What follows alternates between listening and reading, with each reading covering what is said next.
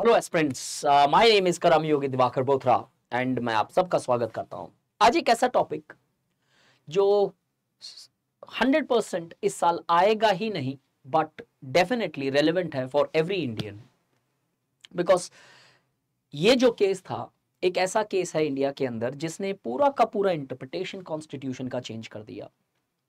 इससे बहुत डिबेट्स आई कॉन्स्टिट्यूशन में, क्या जुडिशरी सुप्रीम है, क्या लोग सुप्रीम है, या क्या पार्लियामेंट सुप्रीम है, या फिर कॉन्स्टिट्यूशन सुप्रीम है।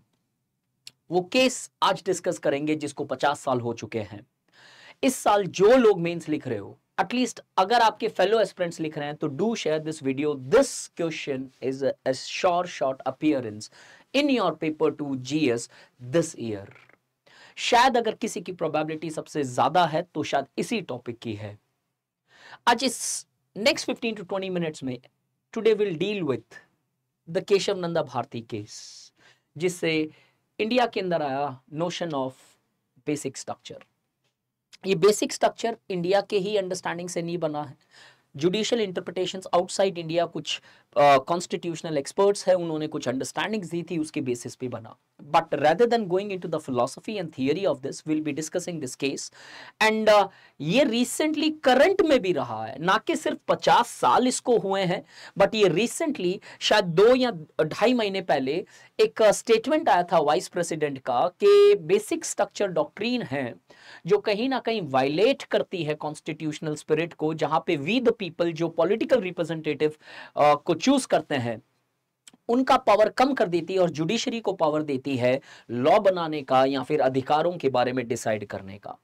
तो एक डिबेट फिर से छिड़ी, क्या basic structure doctrine parliamentary sovereignty को हैम्पर करता है? आज नेक्स्ट 20 मिनट्स में the things would be amply clear here. तो लेट्स बिगिन दिस। 24 अप्रैल 2023 में केशव नंदा भारती केस आता है और Keshava Nanda Bharati was a state of Kerala, completed 50 years, that is this 2023 को 50 इयर्स कंप्लीट करता है, 1973 में आता है, पार्डन मी। अब इस केस का एसेंस क्या था? इसने एक बेसिक स्ट्रक्चर डॉक्ट्रीन दी जो कुछ बेसिक मूल्य, वैल्यूज या प्रिंसिपल्स अपने कॉन्स्टिट्यूशन के, संविधान के, जिसे छेड़ा नहीं जा सकता। कोई भी लॉ अगर आप बनाते हो, कोई भी पॉलिसी अगर आप बनाते हो, अगर इस बेसिक मूल्यों को वायलेट करती है तो वो पॉलिसी जुडिशरी एक्सेप्ट नहीं करेगी, with the condition that it violates the basic principles, therefore it would be declared null and void. और इस डॉक्ट्रीन के बेसिस पे जुडिशरी ने काफी जजमेंट्स दिए हैं, जिसके बेसिस पे बहुत सारे इंपॉर्टेंट अमेंडमेंट्स भी कॉन्स्टिट्यूशन के खारिज कर दिए गए, जिसमें एक है नेशनल जुडिशियल अकाउंटेबिलिटी कमीशन, जो कॉलेजियम सिस्टम को रिप्लेस करने के लिए बना था। तो करंट का घेराव देखो, कॉलेजियम सिस्टम इस साल डिबेट में रहा, 50 साल केशव नंदा केस के हो रहे हैं, वाइस प्रेसिडेंट ने ऐसा स्टेटमेंट दिया। तो शायद एक शॉर्ट रेसिपी बन गई आपके लिए कि इस क्वेश्चन को एटलीस्ट आपके पॉकेट में रखने के लिए, ताकि आपका एटलीस्ट एक क्वेश्चन वो 8 मिनट से कम स्पैन में हो जाए एग्जामिनेशन में। The basic structure doctrine marks certain features of the constitution as incapable of destruction, जो जिसको चेंज नहीं किया जा सकता, जिसके एसेंस को खत्म नहीं किया जा सकता। कोई भी अगर लॉ बनाया जाता है तो वो खारिज किया जाएगा इस एकमात्र इंटरप्रिटेशन पे जो इस जजमेंट से आई। अब एक क्रिटिक जो होते हैं, हर चीज के रहते हैं, इसके भी होंगे। The criticism often leveled against it is this, that it allows the unelected to dominate the sovereign will। अब एक क्रिटिसिज्म है कि जुडिशरी को इलेक्ट नहीं किया गया है, और अगर पार्लियामेंट, जहां पे रिप्रेजेंटेटिव जो लोगों से आते हैं, जो वी द पीपल है, प्रीएम्बल का एक बेसिक स्पिरिट है या कॉन्स्टिट्यूशन का बेसिक स्पिरिट है, उन लोगों से ही अगर पावर ले लिए जाएंगे और जुडिशरी करने लगेगी इंटरप्रिटेशंस, तो कहीं ना कहीं वो पार्लियामेंट्री सॉवर्निटी खत्म हो जाती है। तो क्या वो एक बेसिक प्रिंसिपल वायलेट नहीं हो रहा है इसी बेसिक स्ट्रक्चर से? अब आज हमारा ये मुद्दा है कि देखें क्या सच में इससे हो रहा है पार्लियामेंट की सॉवर्निटी का violation. Before going further, just a small amount of information. Sociology का बैच स्टार्ट हुआ 18 तारीख से, जहां पे अब मैं कल से सोशियोलॉजिकल थियरीज डिस्कस करूंगा, जहां पे पिछले 3 दिन हमने सिलेबस को डिस्कस किया है। तो it's a right time. At the same time we also have a cell of optional, जहां पे अगर आप डिव लाइव कोड यूज करते हो तो 24,000 से ये फीस रिड्यूस होके 13,999 हो जाएगी। 13,999. But the sale is only relevant, or only this code or this scheme is only relevant till the 26th of July, that is the coming Wednesday. Do get into this so that you not only miss your classes, but at the same time you start it from the very basic. And ये मेरा promise है आपसे कि sociology का हर सब topic sociological तरीके से cover होगा, और जितनी नोट्स दी जाए उससे एक पेज एक वर्ड भी एक्स्ट्रा पढ़ने की आपको जरूरत नहीं होगी। चॉइस अगर है तो वो आप पढ़ सकते हो। तो don't miss this opportunity, because this is the right time to start your sociological preparations. The class timings are 1 to 4, Monday से Thursday, और Friday को डाउट सेशन होते हैं। तो Monday से Friday आपकी क्लासेस रहेगी, और इसके अंदर टेस्ट सीरीज भी इंक्लूडेड है। पहले 15 मिनट हम डाउट्स लेते हैं, क्वेश्चन डिस्कस करते हैं प्रीवियस ईयर जो टॉपिक किया गया है, और लास्ट 15 मिनट एवरीडे डाउट, और फ्राइडे को सिर्फ डाउट सेशंस, ताकि ये ऑनलाइन आपको ऑनलाइन लगे ही नहीं, आपको लगे कि आप ऑफलाइन में तैयारी कर रहे हो। Coming further to the topic, 2023 में जैसे कि मैंने बताया, vice president sparked a very crucial debate whether the doctrine developed to preserve the constitution in essence assails the people's will.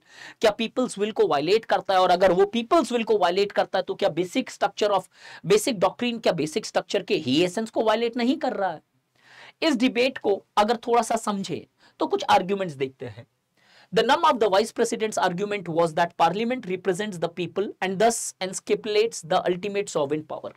ये साफ बोलते हैं कि पार्लियामेंट जो है एक पीपल विल को रिप्रेजेंट करता है, लोगों ने इलेक्ट किया उन लोगों को, तो देयरफॉर कहीं ना कहीं अल्टीमेट सॉवरेन पावर जो लोगों में है वो इन रिप्रेजेंटेटिव्स में होगा।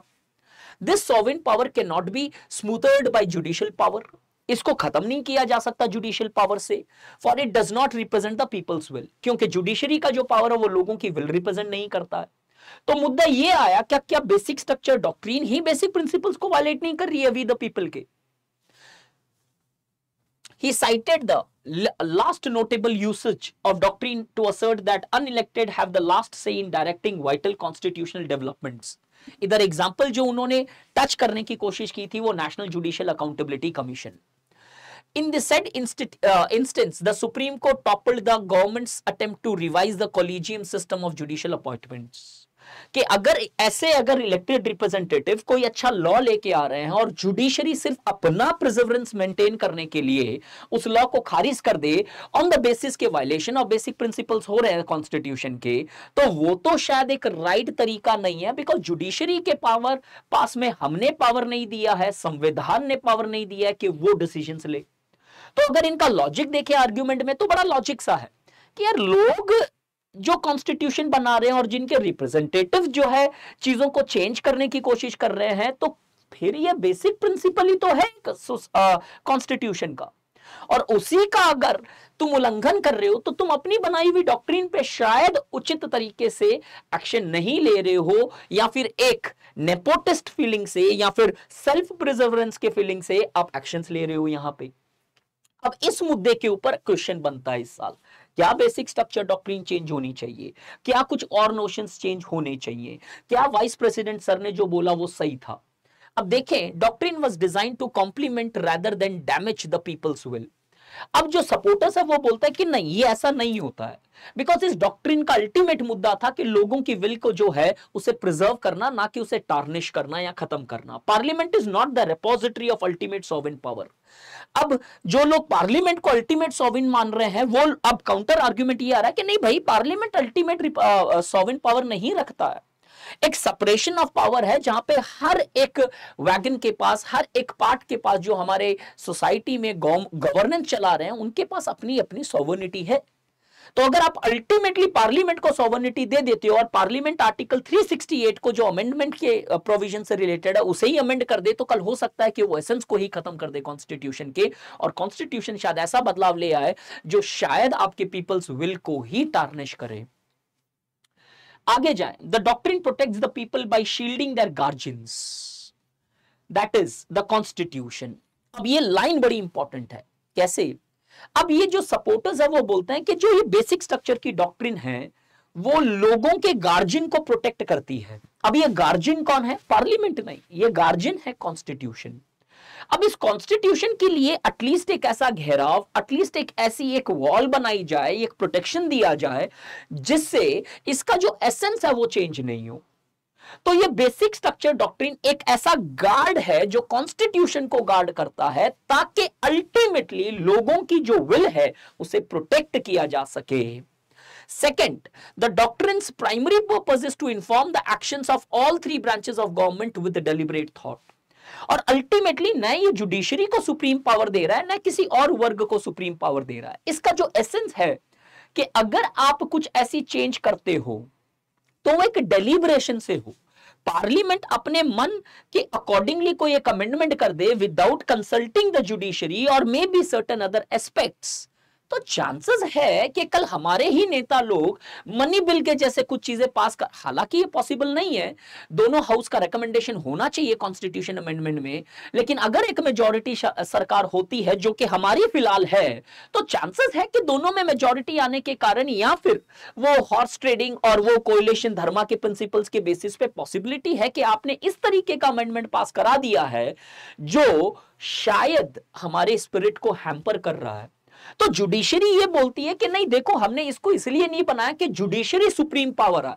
जुडिशरी सिर्फ एक ओवरव्यू रखेगा कि आपने क्या बेसिक प्रिंसिपल फॉलो किए हैं उस लॉ को बनाने के लिए, क्या आपने डेलिब्रेट किया है या फिर एक पॉपुलिज्म के बेसिस पे कि 24 के इलेक्शन आ रहे हैं तो ये लो दोस्तों, भाइयों और बहनों, और ये आपका एक बेनिफिट दे रहे हैं। No, that is not possible.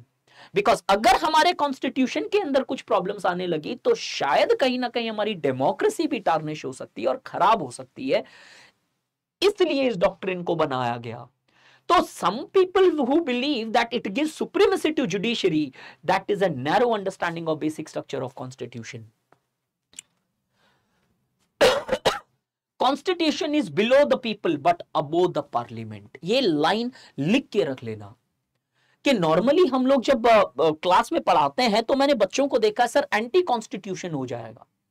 अब ये क्लियरली माना जाता है हमारे संविधान में कि कॉन्स्टिट्यूशन जो है लोगों से नीचे है लेकिन पार्लियामेंट से ऊपर है। दैट मींस लोग सेंटर है पावर रेडिएशन के, जिससे ये संविधान भी बना और इस संविधान से ये पार्लियामेंट बना।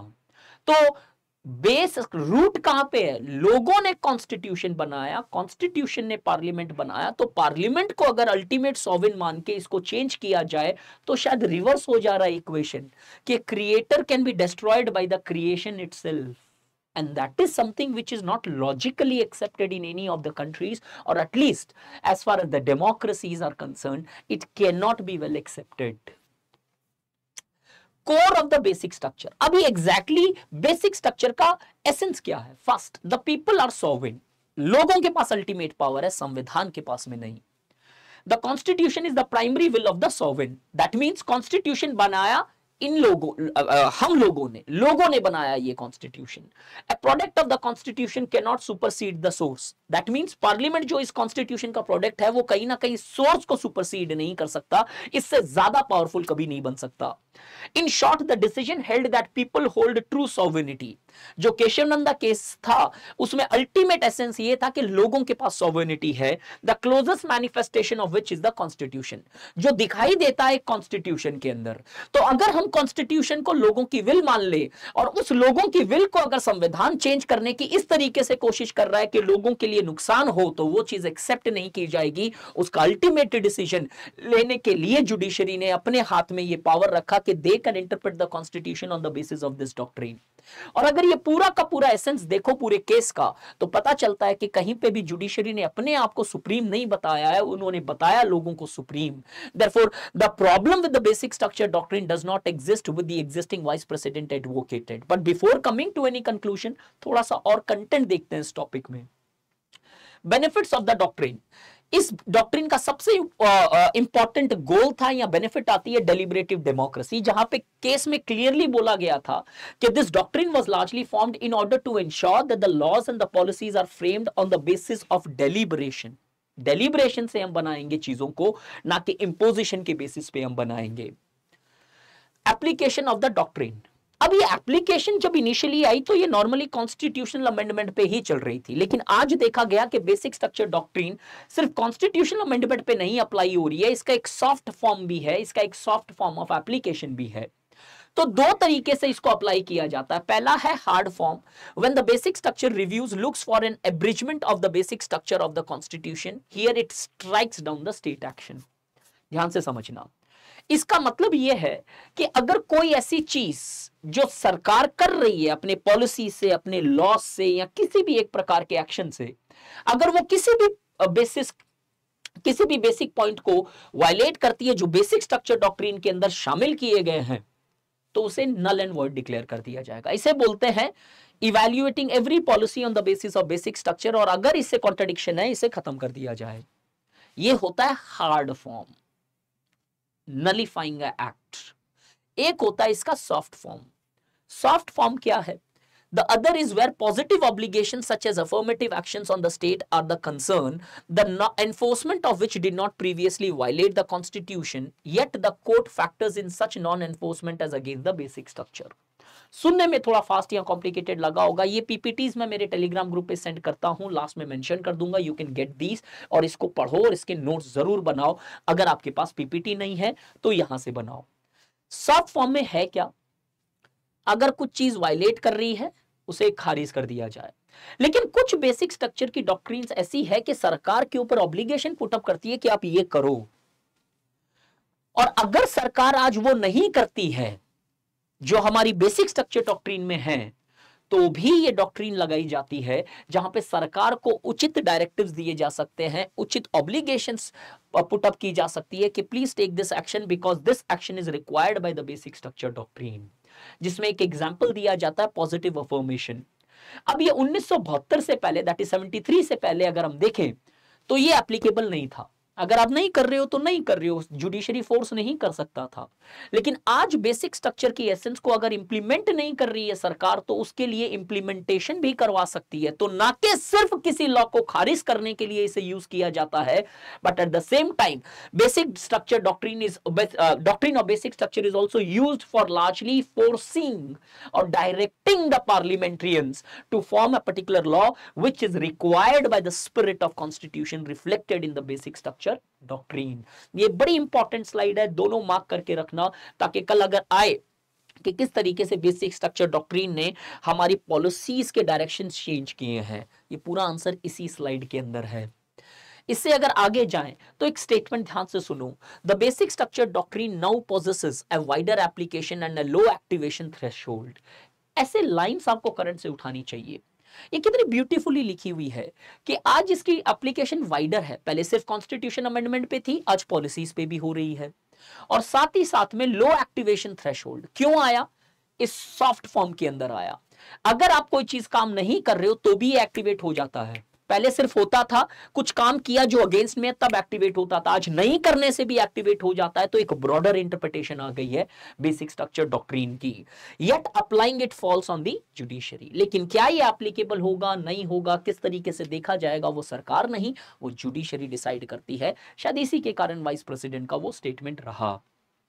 The concern that it will whimsically use the tool which may contradict the legislature's effort is flawed. That means कि ये माना जाए कि इससे पार्लियामेंट की सोवर्निटी खत्म हो जाती है, कम हो जाती है, जुडिशरी सुप्रीम हो जाती है, that is not tenable, वो एक्सेप्टेबल नहीं है।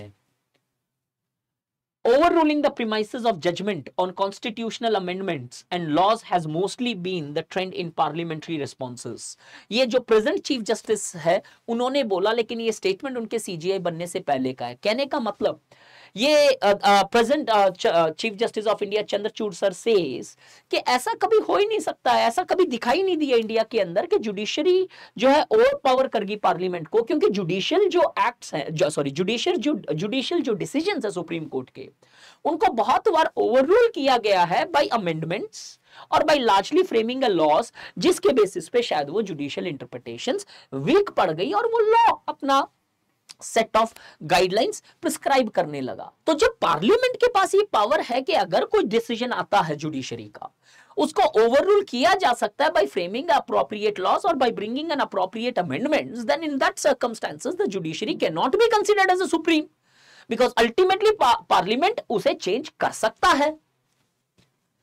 अब अगर फाइनल वर्ड देखें इस पूरे के पूरे टॉपिक पे तो ये है full illuminates the flaws in the fully illuminates the flaw in the vice president's reasoning. ये ऊपर वाला आर्ग्यूमेंट जो है क्लियरली बताता है कि वाइस प्रेसिडेंट का रीजनिंग जो है शायद अप्रोप्रिएट नहीं है, उचित नहीं है बेसिक स्ट्रक्चर डॉक्ट्रिन के अंदर। Since the judiciary does not have a final say, parliament में revise it. Therefore saying that basic structure doctrine gives supremacy to judiciary over parliament is flaw, because the basic structure doctrine gives supremacy to the people's will, and the people's will is most closely reflected in the constitution as highlighted by the very Keshav Nanda case. Therefore ये कभी नहीं है माना जा सकता इस doctrine के अंदर एटलीस्ट कि पार्लियामेंट से हम जुडिशियल सुप्रीमेसी पे आ गए, नो। बट अब एक किस्सा इसको कंक्लूड करने से पहले, which is the most important part, do listen to it very carefully. 1973 में पीपल्स विल या 1947 में पीपल्स विल जब कॉन्स्टिट्यूशन बन रहा था, कॉन्स्टिट्यूएंट असेंबली डिबेट 49 में आता है, फिर अप्लाई होने लगता है, उस टाइम की पीपल्स विल क्या आज के पीपल्स विल सेम है या कुछ चेंजेस आए? ये डिबेट है, थोड़ा सा ओपिनियन डेवलप करना इसमें। अगर हम कॉन्स्टिट्यूशन को पीपल्स की विल मानते हैं तो क्या हमें यह भी कंसिडरेशन करना चाहिए कि लोगों की विल भी आज 70-75 साल में चेंज हुई है? शायद जो बेसिक प्रीमाइसेस कॉन्स्टिट्यूशन की एक जमाने में थी, आज कुछ और ऐड भी करने की जरूरत है या शायद कुछ डिलीट भी करने की जरूरत है। क्या basic structure, doctrine of basic structure को आज चेंज करने की जरूरत नहीं है? क्या 75 साल में कुछ ऐसे बदलाव हमारे समाज, हमारी सोच या हमारे देश या काम करने के तरीके में नहीं आई, जिससे शायद अगर हम आज भी 1973 की इंटरप्रिटेशन पे चले तो हो सकता है कि कुछ प्रोग्रेसिव लेजिस्लेशन हमारी नहीं हो पाए। तो the doctrine of basic structure never gives supremacy to judiciary, but certainly एक essence of constitution needs to be preserved. But preserving essence of constitution is certainly important, but equal importance should also be given that the constitution truly reflects the will of the people. And in that circumstances, certain debate and modification in the basic structure doctrine is certainly required. तो मानते हैं कि लोगों का will दिखाता है constitution, लेकिन आज लोगों की विल भी बदली है, तो शायद बेसिक स्ट्रक्चर डॉक्ट्रिन को भी बदलना चाहिए। बैच सोशियोलॉजी का 18 से स्टार्ट हो रहा है। If you have a faith on my teaching and if you largely have gelled up with my teaching, then do join the, and if you obviously have your optional as a sociology, without hesitation join this batch. In next 4.5 to 5 months your entire sociology will be completed by December. Thank you so much.